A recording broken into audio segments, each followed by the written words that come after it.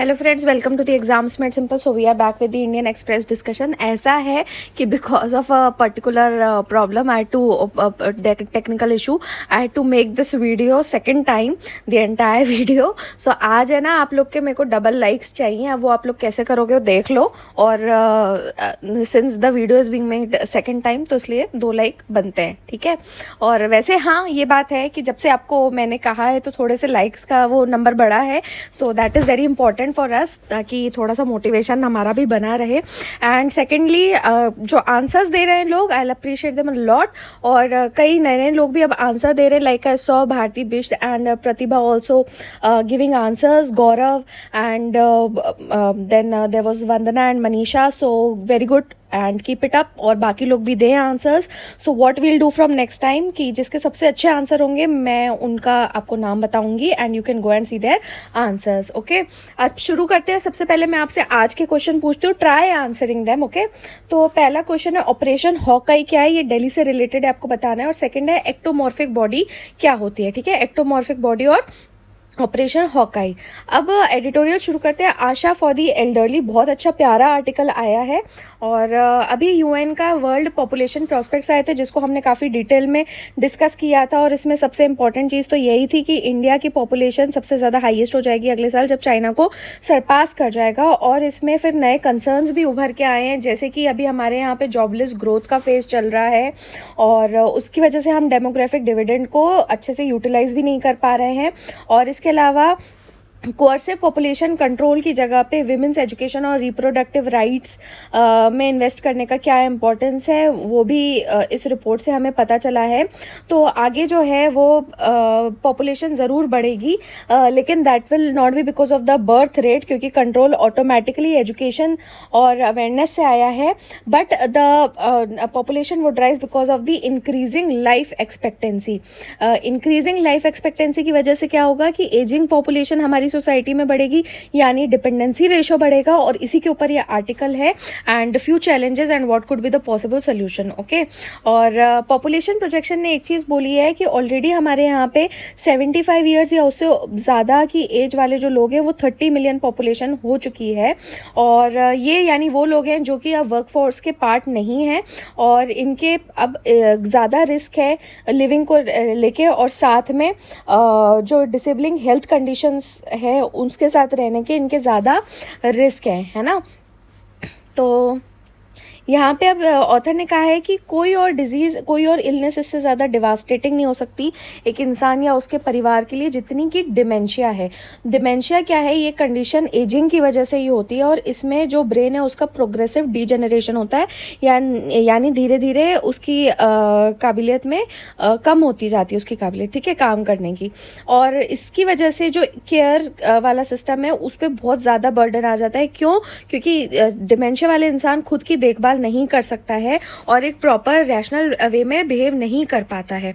और अभी कुछ स्टडीज़ को जब इंटीग्रेट किया गया तो पाया कि जैसे लगभग 90,000 इंडिविजुअल्स को स्टडी किया था, तो जिसमें से 8% पॉपुलेशन ओवर 70 जो थी वो ऑलरेडी इस कंडीशन से सफ़र कर रही थी, डिमेंशिया से.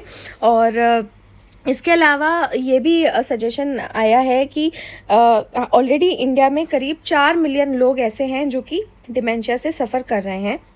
और ये जो नंबर है ये आगे जाके बहुत ज़्यादा बढ़ने वाला है. तो इस टाइम पे और सबसे ज़्यादा जो इसमें डिफ़िकल्ट स्टेज होती है डिमेंशिया में, वो होती है जब इंसान को वो राउंड द क्लॉक वाली केयर, यानी पूरा टाइम उसको केयर चाहिए होती है, सिंपल से सिंपल एक्टिविटीज़ को भी करने के लिए, डेली लिविंग की. और ये जो होता है टाइम पीरियड, ये करीब 3 साल तक चल सकता है. तो पहले तो क्या होता था कि जो मल्टी जनरेशनल फैमिलीज़ होती थी तो वो केयर गिविंग पे हम रिलाई कर सकते थे, है ना. 3-3 जनरेशन्स होते थे तो अपने घर में केयर वगैरह हो जाती थी. लेकिन अभी पॉपुलेशन ट्रांजिशन जो हो रहा है उसके साथ में फैमिली स्ट्रक्चर भी बहुत ज़्यादा चेंज हो रहा है.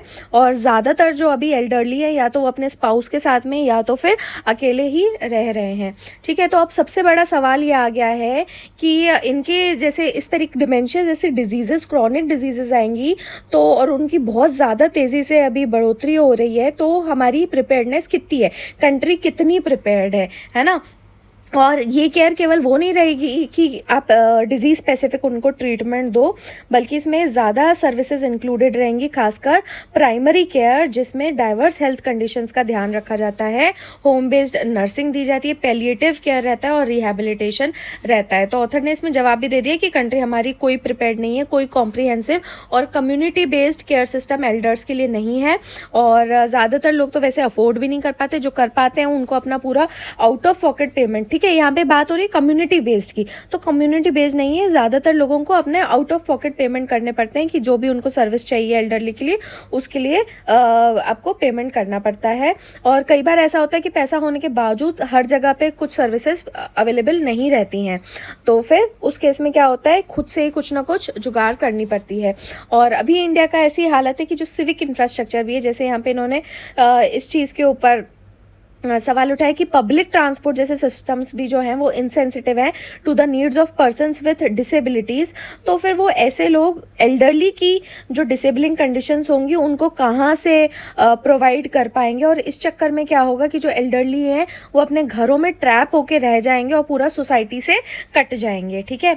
तो अब इसका है ना एक सिंपल सा सोल्यूशन भी इन्होंने दिया है कि इंडिया का जो सबसे अच्छा कॉन्ट्रीब्यूशन रहा है पॉपुलेशन हेल्थ में वो रहा है डिप्लॉयमेंट ऑफ फ्रंटलाइन वर्कर्स जो कि प्रमोटिव और प्रिवेंटिव हेल्थ केयर देते हैं। तो बात हो रही है आशा वर्कर्स की, यानी अक्रेडिटेड सोशल हेल्थ एक्टिविस्ट, जो मतलब जिनकी वजह से मैटरनल मोर्टेलिटी रेट हो, इन्फेंट मोर्टेलिटी रेट हो, ये भी कम हुआ है, लाइफ एक्सपेक्टेंसी बढ़ी है, और साथ में अभी कोविड वैक्सीनेशन कवरेज में भी इन लोग फ्रंट लाइन पे ही थे।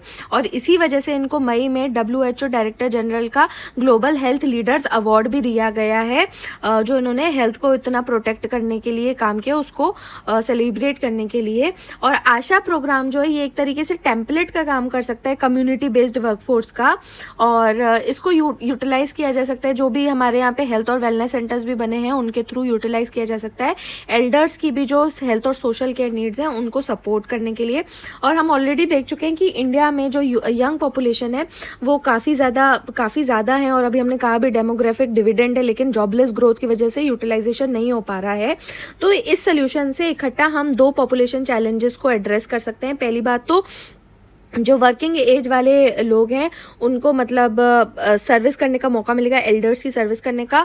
और एल्डर्स को तो क्या चाहिए, मतलब एक केयरिंग कंपैशनेट इंसान चाहिए जिसके पास में थोड़ी स्किल्स हो, जो उनको अपने ज़िंदगी की लास्ट की जो जर्नी है उसमें अकम्पनी कर सके। Okay, so this was a very nice solution, और इसको ज़रूर अपने पास में नोट कर लीजिएगा, and also you can note down the facts and figures we discussed. Okay, next article is saving MSMEs। तो MSMEs की हालत बहुत बुरी है। MSMEs micro small and medium enterprises, तो कंटिन्यूसली इनको कई सारे शॉक आए जिसकी वजह से ये क्रिपल कर गए हैं, स्टार्टिंग फ्रॉम डीमोनेटाइजेशन, फिर GST, फिर पेंडेमिक।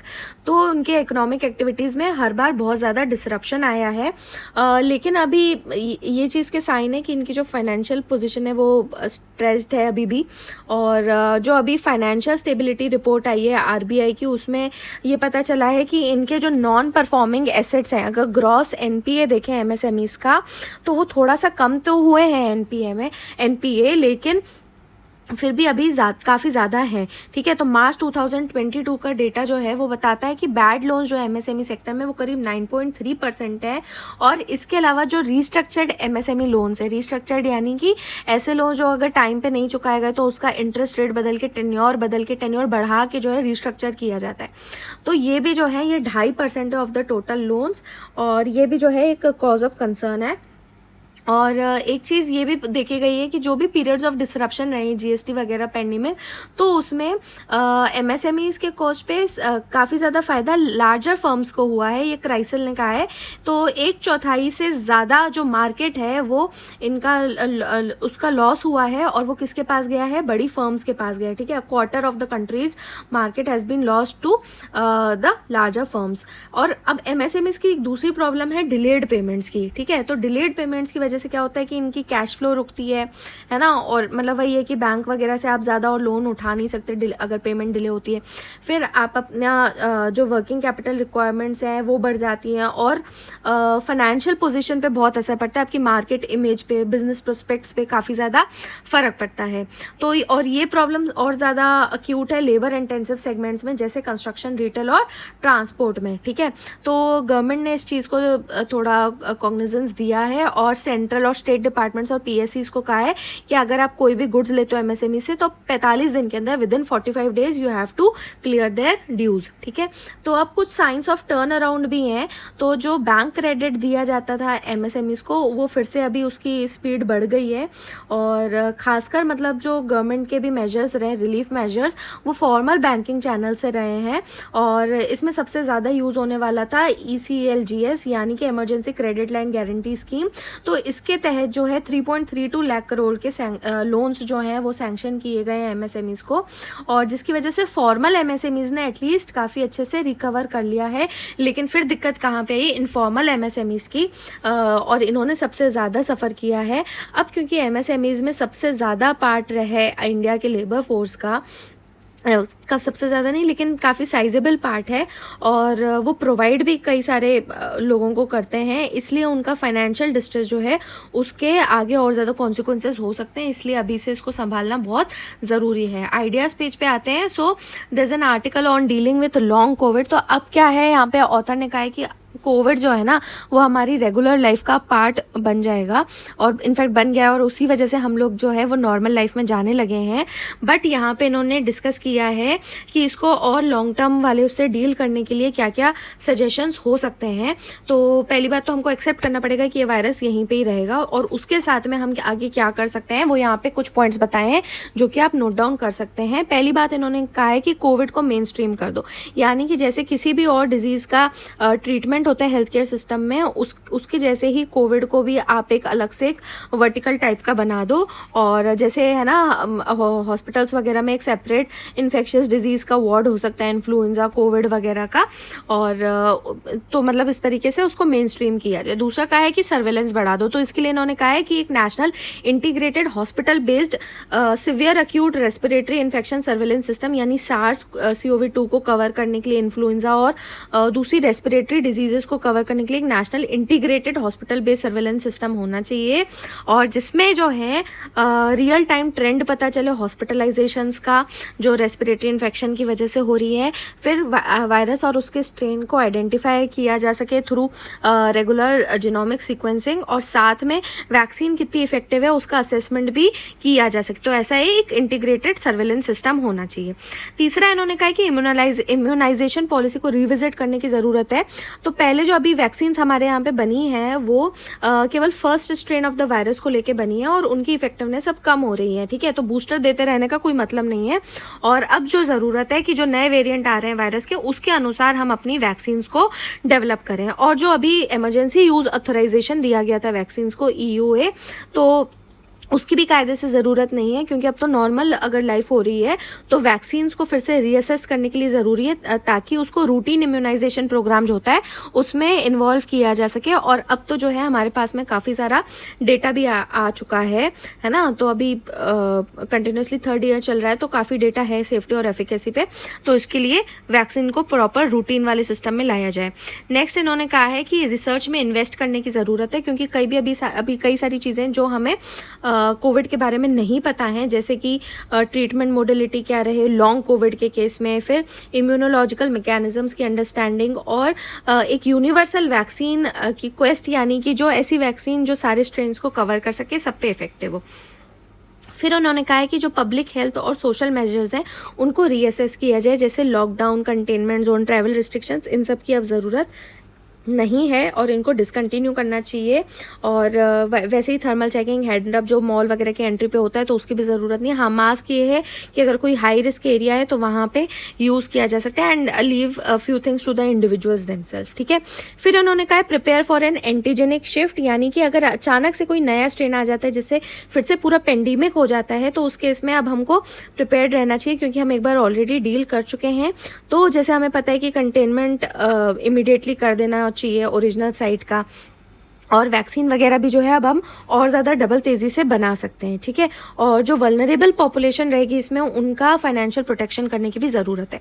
इसके अलावा इन्होंने कहा है कि नेशनली और ग्लोबली हमें डेटा शेयरिंग और इंटेलेक्चुअल प्रॉपर्टी राइट्स को भी और ज़्यादा स्ट्रेंथन करना है। ओके,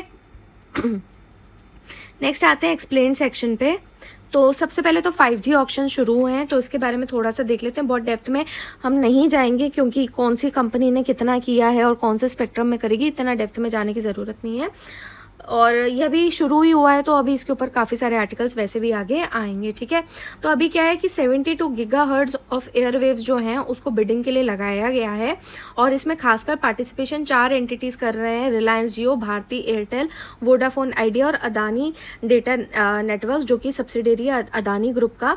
तो इन्होंने अपने EMDs जमा किए हैं, EMD यानी अर्नेस्ट मनी डिपॉजिट्स, और ये क्या इंडिकेट करते हैं, ये उनका बिडिंग इंटेंट इंडिकेट करते हैं, ठीक है, कि वो किस हद तक बिडिंग करना चाह रहे हैं। और ये किसको जमा किया जाता है, डिपार्टमेंट ऑफ टेलीकम्युनिकेशंस को। तो याद रखना कि डिपार्टमेंट ऑफ टेलीकम्युनिकेशन ही जो है वो ऑक्शन करवाता है।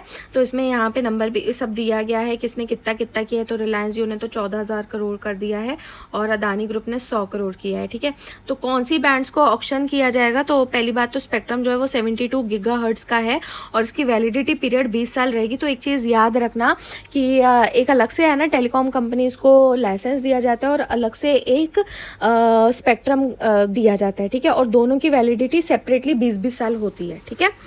और ये जो ऑक्शन किया जाएगा ये कौन सी फ्रीक्वेंसी बैंड्स में है, तो 600, 700, 800 मेगाहर्ट्ज, 900, 1800, 2100, 2300, ठीक है, एंड 26 गीगाहर्ट्ज। तो ये वाली जो है ना, ये 600, 700 और 1800, 2100, 2300 तक, ये तो है ना 3G में भी, सॉरी 4G में भी इनको यूटिलाइज किया गया था, ठीक है। तो इसमें मेनली है ना टेलीकॉम सर्विसेज जो है वो मिड और हाई बैंड स्पेक्ट्रम का यूज़ करेंगी अपनी 5G टेक्नोलॉजी सर्विसेज को रोल आउट करने के लिए। और 5G में जो स्पीड और कैपेसिटी रहेगी वो करीब 10 गुना हायर रहेगी एज़ कम्पेयर टू जो 4G सर्विसेज में दी जाती थी। ये जो अर्नेस्ट मनी डिपॉजिट किया जाता है इसका सिग्निफिकेंस क्या है, तो इससे मैंने आपको बताया कि इंटेंट पता चलता है कंपनी का कि वो कितना स्पेक्ट्रम जो है वो खरीदना चाह रहे हैं, और इसके अलावा उनकी बिडिंग स्ट्रेटेजी क्या रहेगी या स्पेक्ट्रम बाइंग कैपेसिटी कितनी रहेगी वो भी पता चलता है, ठीक है। तो इसमें एग्जाम्पल जैसे अदानी ने 100 करोड़ का लिया है, तो अब ये कह रहे हैं कि हो सकता है कि इसका मतलब ये है कि वो ज़्यादा नहीं करेंगे। तो एक एस्टिमेट है कि वो स्पेक्ट्रम भी जो लेंगे वो 700 करोड़ का लेंगे, और मेनली 26 गीगाहर्ट्ज वाला जो बैंड है उसी में ही ये बस बिड करेंगे, ठीक है। और जो EMD होता है उसके बेसिस पे कंपनी जो है उसको एलिजिबिलिटी पॉइंट्स दिए जाते हैं, और उस पॉइंट्स के बेसिस पे जो है वो कुछ क्वांटम ऑफ एयरवेव्स को टारगेट कर सकते हैं सिलेक्टेड स्पेक्ट्रम बैंड्स में, ठीक है। अब आते हैं लास्ट आर्टिकल पे, द एग्जीक्यूशंस इन म्यांमार। तो अभी क्या हुआ है कि 4 पॉलिटिकल प्रिजनर्स को एग्जीक्यूट किया गया है म्यांमार की जनता रजीम ने, और उनमें से 2 लोग जो थे वो अब्रॉड में भी जाने जाते थे एज प्रो डेमोक्रेसी एक्टिविस्ट। और ये जो अभी इनका स्टेप है उससे समझ में आता है कि इंटरनेशनल कम्युनिटी की भी बिल्कुल इन्होंने इसको उनकी स्टेटमेंट को भी डिफाई कर दिया है कि उन्होंने जैसे कहा था कि डेथ सेंटेंसेस ना दिए जाएं, और पॉलिटिकल प्रिजनर्स जो कि फरवरी 2021 के कू के बाद में कैद किए गए हैं तो उनको भी फ्री किया जाए। और ये जो एग्जीक्यूशंस हुए याद रखना इंसीन प्रिजन है, ये इंसीन प्रिजन जो है ये यांगोन में है, और यहीं पे पॉलिटिकल प्रिजनर्स को रखा जाता है। बहुत ही ज़्यादा यहाँ पे हार्श कंडीशंस होती हैं, और हो सकता है जो एग्जीक्यूशन है ये इसलिए किए गए हैं कि जो इनको रेजिस्टेंस मिल रहा है मतलब मिलिट्री रजीम को, तो उनके अंदर एक दहशत का माहौल बनाने के लिए, ठीक है। तो जब म्यांमार ने अपना इंटेंशन ये जून में अनाउंस किया था, तो UN, US, फ्रांस और इंटरनेशनल ह्यूमन राइट्स ऑर्गेनाइजेशन सबने कंडेम किया था, लेकिन इन्होंने नहीं सुनी। इन्होंने अपने फ्रेंड कंबोडिया की भी नहीं सुनी, जिन्होंने इनको लिखा था, यहाँ के जैन मिन ओंग लियांग को लिखा था जो कि मिलिट्री रूलर है, कि एग्जीक्यूशन ये ना की जाए, पर इन्होंने नहीं सुना है।